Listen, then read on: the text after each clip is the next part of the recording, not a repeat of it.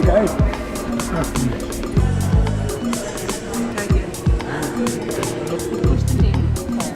The Better Breathing program is a program for people with chronic lung conditions, and it's an 8-week program where they come into the Otara Leisure Centre twice a week on Mondays and Wednesdays, and they do an hour of exercise and half an hour of education. With the exercise, you seem to build up you prolong it more. That's good.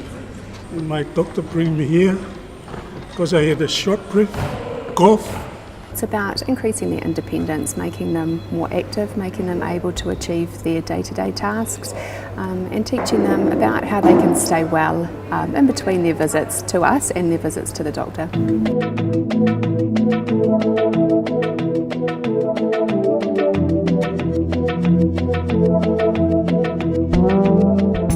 The advantages for the patient are that it's right here, close to home.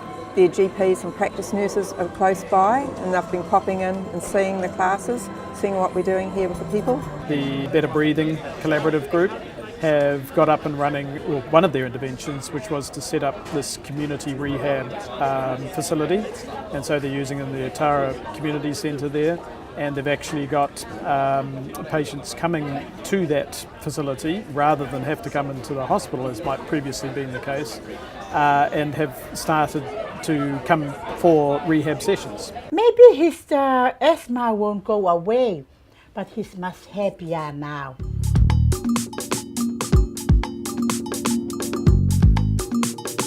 The last winter, I was thinking, oh, maybe we'll go to Middlemore Hospital more times. But no, he still wants to get up and walk around while I stay in bed. Since the service commenced in early 2000s, the rate of referrals to hospital emergency departments from GPs has actually dropped. However, there are still increasing numbers attending the hospital emergency departments, and what we know is that these are self-referred patients, so these are patients who are choosing to take themselves into the hospital for their treatment as opposed to going to a general practitioner. And a number of these patients are brought in by ambulance, a large number actually. So we felt that it would be an efficient process to have St John assess whether or not patients could, as an alternative to being transported into a hospital emergency department, in fact be treated in the community by a GP or an A&M clinic.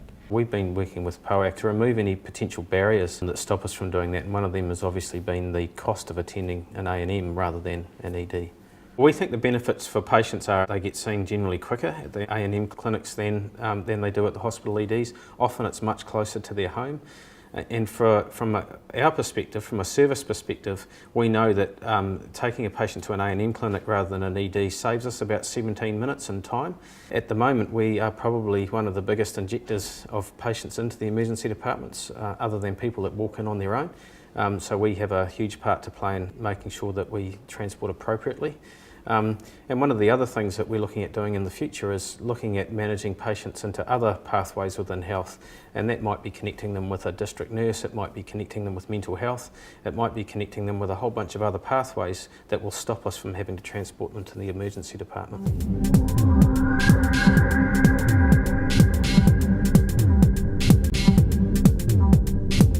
I'm in quarantine now, and there's just really sore.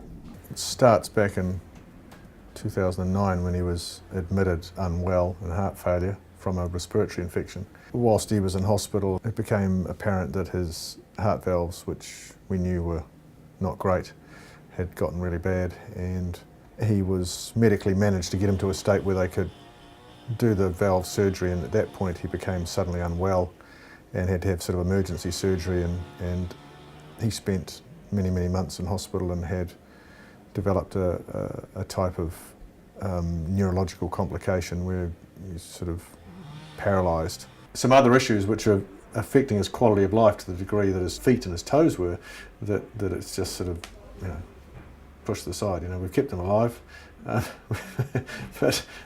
the finer points are missing.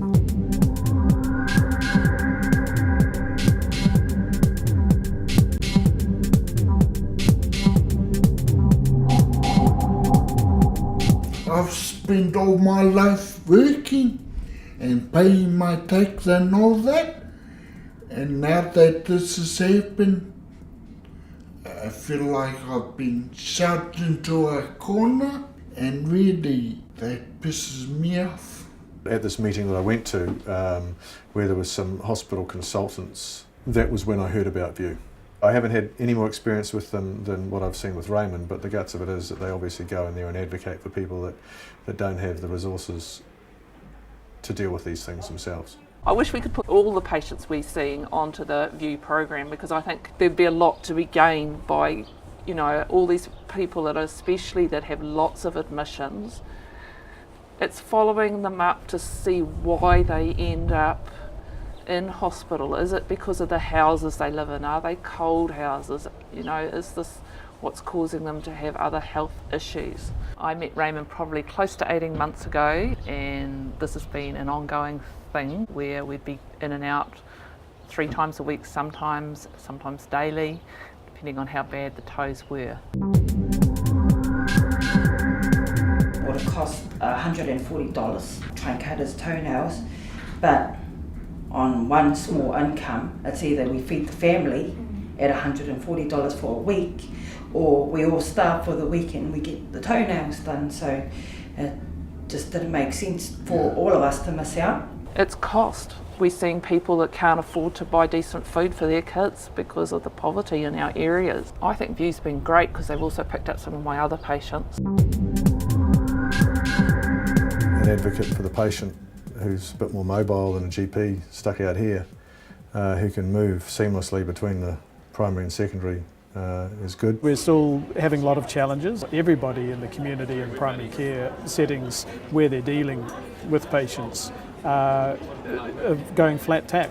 The nice thing we're starting to see is the true collaboration. So one group is seeing that another group is doing some work, and that where they're sharing the different, you know, measures that they might be actually looking at the same type of measure, although it's a different specialty or whatever.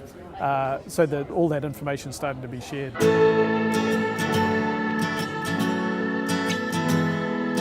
Giving me more energy, that's what it's doing. Because when you run out of energy, you do run out of that, and you start breathing happy and you give up. I'm very, very happy to exercise. Good for my body, make me very strong. Go exercise, because I know it helps my dad. You know, and it helps me too a lot when I hear the talking. Help me to prepare for the future.